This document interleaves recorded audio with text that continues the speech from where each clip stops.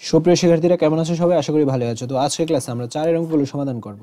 4 কি বলছে? নিচের এই যে খালি গড় চিহ্নিত স্থানে কোন কোন অঙ্ক বসালে সংখ্যাটি 9 দ্বারা বিভাজ্য হবে। তো এখানে আমরা কোন সংখ্যাটা বসাবো যার ফলে এই যে ফুল সংখ্যাটা এটা 9 দ্বারা বিভাজ্য হবে। আমরা চলো এখন এই অঙ্কগুলোর সমাধান দেখে নিই। তো দেখো সংখ্যাটা প্রথমে তুলে নিচ্ছি 4 7 2 3। ফাঁকা স্থান বাদে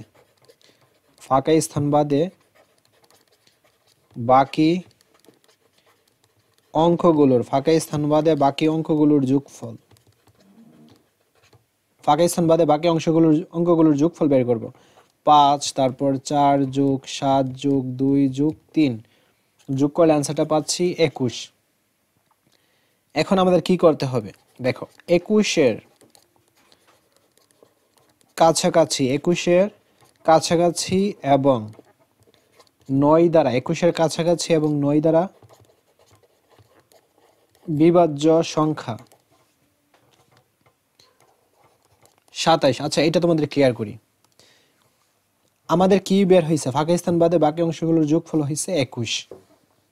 এখন 21-এর কাছাকাছি এবং 9 দ্বারা বিভাজ্য সংখ্যা হচ্ছে 27। আমরা 9 এর গুণিতকগুলো দেখি তো। 9 কে 9, 9 দুগুণে 18। তো 21 কি 18-এর মধ্যে পড়ছে? না, 18 থেকে 21 বেশি। তো পরের গুণিতকে যেতে হবে 3 নং 27। ঠিক আছে, এই যে 27 আমরা এটা লিখছি 21-এর কাছাকাছি এবং 9 দ্বারা বিভাজ্য সংখ্যা হচ্ছে কি 27। 27 কি 9 দ্বারা বিভাজ্য না? হ্যাঁ বিভাজ্য। 9 এর গুণিতকগুলা দেখবা সবসময় 9 দ্বারা বিভাজ্য হবে। তো এইটাই। সুতরাং ফাঁকা স্থানের সংখ্যাটি হবে আমরা এই 27 থেকে 21 বিয়োগ দিলে অ্যান্সারটা পাবো কত? 6। এই 6 হবে এই ঘরের সংখ্যাটা বা অঙ্কটা। ঠিক আছে, আশা করছি তোমরা বুঝতে পেরেছো। তারপর খ নম্বর অঙ্কটা দেখো 8 1 2 তারপর শূন্যস্থান 7 4। ফাঁকা স্থান বাদে বাকি অঙ্কগুলোর যোগফল। আমরা যোগ করব 8 1 2 7 এবং 4। সবগুলো যদি যোগ করি অ্যান্সারটা পাচ্ছি কত? 22। এখন দেখো 22-কে কি 9 দ্বারা বিভাজ্য বা 9 দ্বারা ভাগ করা যায়? নিঃশেষে বিভাজ্য হয় না কিন্তু। আমরা কি করব? 9 কে 9, 9 দুগুণে 18। 22 কি 18-র কম না বেশি? বেশি। তো 18 9 এর পরের গুণিতকটা 18 এর পরের গুণিতকে আমাদের যেতে হবে 3 নং 27। আমরা 27 যাব। তো এখানে এটাই লিখব 22-এর কাছাকাছি এবং 9 দ্বারা বিভাজ্য সংখ্যা কত? 27। ঠিক আছে, কারণ 27টা কি 22-এর কাছাকাছি না? হ্যাঁ কাছাকাছি। 22-এর কাছাকাছি এবং 9 দ্বারা বিভাজ্য সংখ্যা হচ্ছে 27। সুতরাং ফাঁকা স্থানের সংখ্যাটি কত হবে? 27 থেকে 22 বিয়োগ দিব। 27 থেকে 22 বিয়োগ দিলে হবে 5।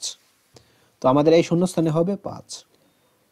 তারপর গ নম্বর অঙ্কটা দেখো শূন্যস্থান এরপর 4 1 5 7 8। ফাঁকা স্থান বাদে বাকি অঙ্কগুলোর যোগফল। আমরা যোগ করে দিই 4 1 5 7 8। এই সবটা যোগ করলে কি হবে? সবটা যোগ করলে বের হচ্ছে 25। এখন 25 তো আর 9 দ্বারা বিভাজ্য না। তো 9 এর গুণিতকগুলো দেখি। 9 কে 9, 9 দুগুণে 18। 18 থেকে 25 বেশি। 18-এর পরের গুণিতকটা কি? 3 নং 27। তো 27 থেকে আমরা 25 এখন বিয়োগ দিব, তাহলেই হয়ে যাবে। আমরা এখানে কথাটা লিখব 25-এর কাছাকাছি এবং 9 দ্বারা বিভাজ্য সংখ্যা কত? 27। 27 কি 9 দ্বারা বিভাজ্য না? হ্যাঁ বিভাজ্য। সুতরাং ফাঁকা স্থানের সংখ্যাটি কত হবে? 27 থেকে আমরা 25 বিয়োগ দিব, অ্যান্সারটা পাবো 2। এ ফাঁকা স্থানে হবে 2। তারপর সর্বশেষ ঘ নম্বর অঙ্কটা দেখো 5 7 4 2 শূন্যস্থান। ফাঁকা স্থান বাদে বাকি অঙ্কগুলোর যোগফল আমরা করব। এখানে 5 7 4 2 যোগ করলাম। তো যোগ করে কি পাচ্ছি? 18 পাচ্ছি। 18 কিন্তু 9 দ্বারা বিভাজ্য। যেহেতু 9 দ্বারা এখানে বিভাজ্য হয়ে গেছে, তার মানে ফাঁকা স্থানে শূন্য কিন্তু বসতে পারে। তবে আমাদের আরেকটু কাজ বাকি আছে। এখন 18 এর কাছাকাছি এবং 9 দ্বারা বিভাজ্য সংখ্যা কি হতে পারে? 18 এর পরের গুণিতকটা হচ্ছে 27 এবং 27 লিখব। ফাঁকা স্থানের সংখ্যাটি হবে 27 থেকে 18 বিয়োগ দিব, অ্যান্সারটা কত পাচ্ছি? 9। অর্থাৎ এখানে এই শূন্যস্থানে কিন্তু 9ও হতে পারে, অর্থাৎ আমরা কিন্তু এখানে 2টা পাচ্ছি। সুতরাং সংখ্যা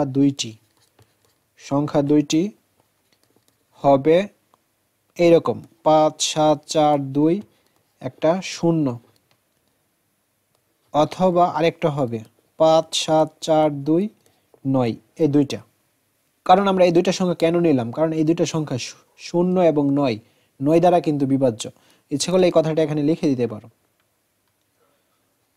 এই যে এই কথাটা লিখে দিতে পারো, ফাঁকা স্থানে 0 অথবা 9 বসালে, ফাঁকা স্থানে 0 অথবা 9 বসালে এই যে গঠিত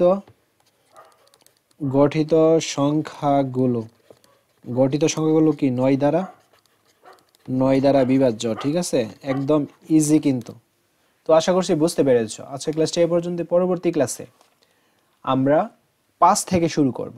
ধন্যবাদ সবাই।